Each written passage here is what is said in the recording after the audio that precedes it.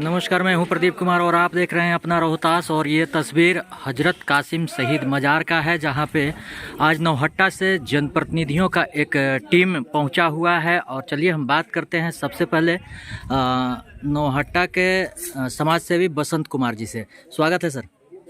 धन्यवाद। आज हजरत कासिम शहीद मज़ार पे आप पहुंचे हैं, क्या कहना चाहेंगे यहाँ के बारे में?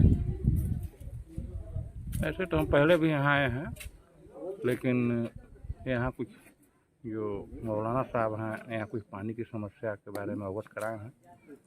प्रयास करेंगे कि 1 सप्ताह 10 दिन में यहाँ एक चापाकल लग जाए। चलिए, कुछ अब आगामी चुनाव है तो उसको लेकर भी कुछ तैयारी पे कुछ चर्चा कर रहे हैं हम लोग। क्या लगता है कि अब की बार यहाँ से जीत किसकी पक्की होगी? सासाराम लोकसभा से। सासाराम लोकसभा से बीजेपी जीतती है, फिर बीजेपी रिपीट करेगी। सर, क्षेत्र में निरंतर जलस्तर अब घटते जा रही है और ऐसे में गर्मी जैसे ही आई तो पानी की समस्या बहुत ज़्यादा हो गया। क्या कहना चाहिएगा सर? ये जो पानी का समस्या है प्रदीप जी, ये हमको लगता है कि बहुत दिनों से ही है, लेकिन उसके बावजूद भी 2 साल मोटा मोटी यहाँ नौहट्टा ब्लॉक के प्रमुख का कार्यकाल हुआ, उसमें हम लोग लगातार प्रयासरत हैं। पहाड़ पे पिपरडी पंचायत में 48 नलकूप चालू कराया गया।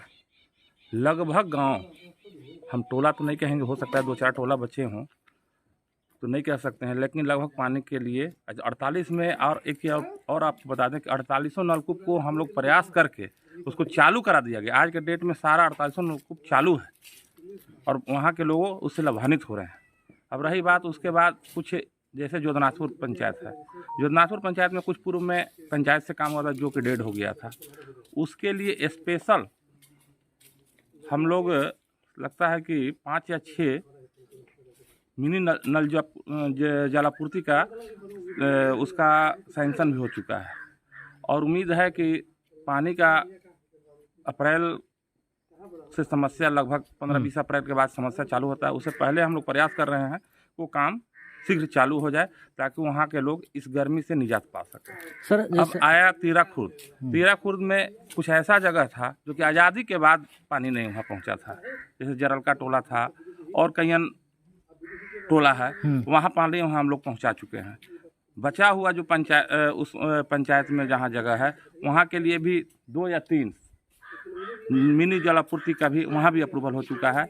हम लोग यही प्रयास कर रहे हैं। प्रयास चूँकि थोड़ा सा आचार संहिता का मामला है, आप लोग भी समझ रहे हैं, आप लोग पत्रकार बंधु हैं। आचार संहिता का मामला है, आचार संहिता में भी हो सकता है कि विलम्ब हो सकता है, चूँकि नियमावली के तहत ही कोई काम होता है। हम लोग प्रयासरत थे कि चुनाव से पहले उसका कार्य शुरू करा दिया जाए, लेकिन किसी कारणवश नहीं हो सका। अभी आज के डेट में आचार संहिता लग गया है, लेकिन उसके बावजूद भी स्पेशल चुनाव आयोग से हम लोग प्रयास करेंगे कि परमिशन लेकर के, चूँकि नौहट्टा एक बहुत ही जटिल समस्या है पेयजल का, तो हम लोग प्रयास करेंगे कि माननीय जिलाधिकारी महोदय से कि यहाँ से भेजवा करके चुनाव आयोग से परमिशन लेकर के कम से कम नौहट्टा की जलापूर्ति योजना जो हम लोग को आचार संहिता के चलते जो सैंक्शन कराया गया है वो रुक गया है, उसको हम लोग प्रयास करेंगे कि चालू हो जाए।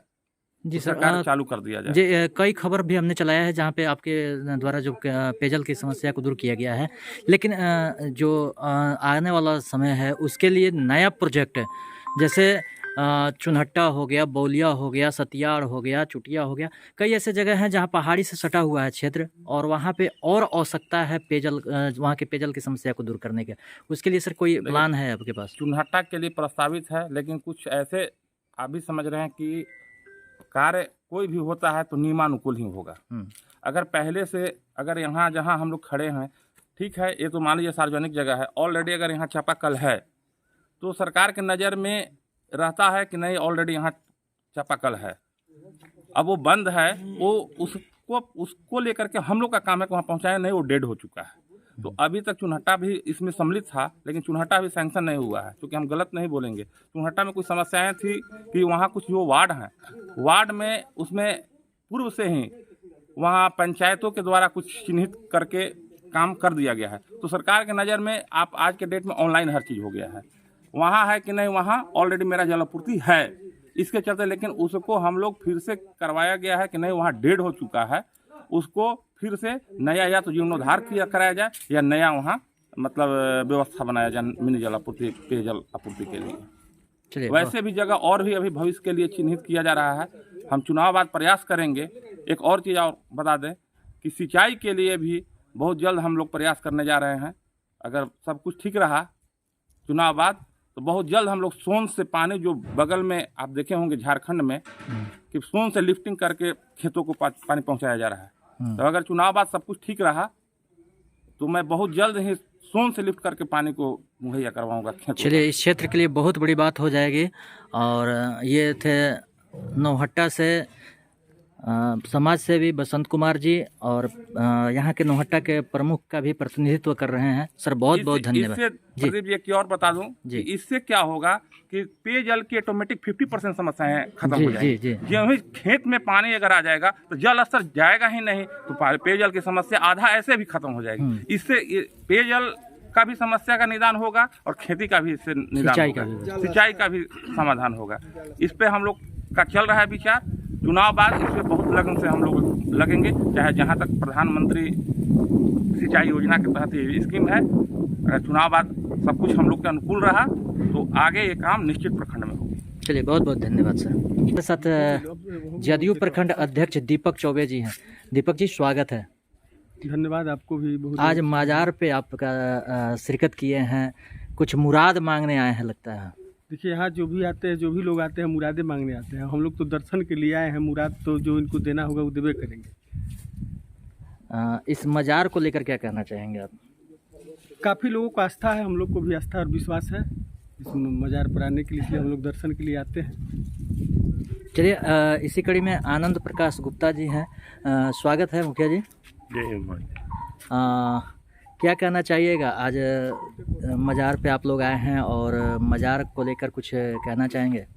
मजार पर हम लोग आए हैं, यहाँ के जो भी हैं इनसे हम लोगों को आस्था लगा रहता है। बीच बीच में आते रहते। आज कुछ कार्यक्रम था, मेरे मित्र बीडीसी जो हैं रणधीर भाई हैं, उनके द्वारा बुलाया गया तो हम लोग आए हैं और पहले भी आते जाते रहते हैं। यहाँ बहुत आस्था का एक प्रतीक है, इसलिए हम लोग सोचे कि चलिए दर्शन भी कर लेंगे। चलिए क्षेत्र में चूँकि अब गर्मी जैसे जैसे बढ़ रही है तो ऐसे में जल संकट हो जाती है। और इस क्षेत्र में जो अभी हम लोग जहाँ पे हैं वहाँ पे ज़्यादा जल संकट की समस्या आती है। हालांकि समाज सेवी बसंत कुमार ने बताया कि यहाँ पे पानी की समस्या को लेकर आए हैं और कई जगह हैं वहाँ के लिए। रमेंद्र जी आप क्या कहना चाहिएगा? सबसे पहले आपके सभी दर्शक को मेरे तरफ से इस जो होली बीता उसके शुभ अवसर पर हार्दिक बधाई। और हम लोग इस स्थान पे हैं, यहाँ यह प्राचीन बहुत पहले से यहाँ यह मजार है हजरत खातिम शहीद का। और बहुत लोग यहाँ आते रहते हैं, अपनी मन्नतों को पूरा कर होता है, फिर दोबारा आते हैं। आज हमारे बीडीसी रणधीर भाई का हार्वेस्टर शुरू के अवसर पे हम लोग आए हैं। इसमें चुनाव का भी चर्चा हुआ। और रही बात पानी की समस्या, जहाँ हम खड़े हैं यह उदयपुर में आज जो पानी देख रहे हैं गांव में, ये भी प्रमुख जी के प्रयास से यह पानी चल रहा है। यहाँ कई चापाकल फेल करने के बाद इस उदयपुर के बोर के लिए बाहर से मशीन हायर करके यह बोर कराया गया है, जिससे उदयपुर के निवासियों को पानी आज मिल रहा है। और आगे भी इस यहाँ पानी का जो संकट होगा उसके साथ जो भी समस्या आएगा उस पर मिलजुल के। किसके मत से कराया गया है? कौन से जनप्रतिनिधि? थोड़ा सा उस पर भी चर्चा और है। जो वर्तमान प्रमुख हैं उन्हीं के प्रयास से बोर हुआ था जी, आदरणीय रानी देवी के प्रयास से। और उसमें बाकी जगह भी जो समस्या होगा उसको सब मिलजुल के हम लोग उसका समाधान करेंगे और जितना प्रयास हो सकता है हम लोग उसके लिए खड़ा रहेंगे। चलिए लोकसभा का चुनाव बहुत जल्द होने वाला है। हम चर्चा करते हैं सासाराम विधानसभा क्षेत्र का। यहाँ पे क्या लगता है कि जिस तरह से रणनीति बन रही है, जिस तरह से पब्लिक का रुझान है, कुछ लोग कह रहे हैं कि लोकल होना चाहिए था या लोकल होना चाहिए, क्या कहना चाहिएगा आप? देखिए हम तो आज बहुजन समाज पार्टी से बिलोंग करते हैं जी, हमारा ही पार्टी का उम्मीदवार है यहाँ। लेकिन भाजपा से जो एमएलए भोजपुर में एमएलए शिवेश बाबू को आज यहाँ टिकट मिला है, उनसे संबंध हम लोगों का मित्रवत बचपन से है। उनके पिताजी यहाँ के सांसद थे और हम लोगों के परिवार से आदरणीय व्यक्ति रहे हैं और उनके चलते मेरा व्यक्तिगत संबंध उनसे बढ़िया है। हम उम्मीद करेंगे सुरेश बाबू ही चुनाव जीते यहाँ से।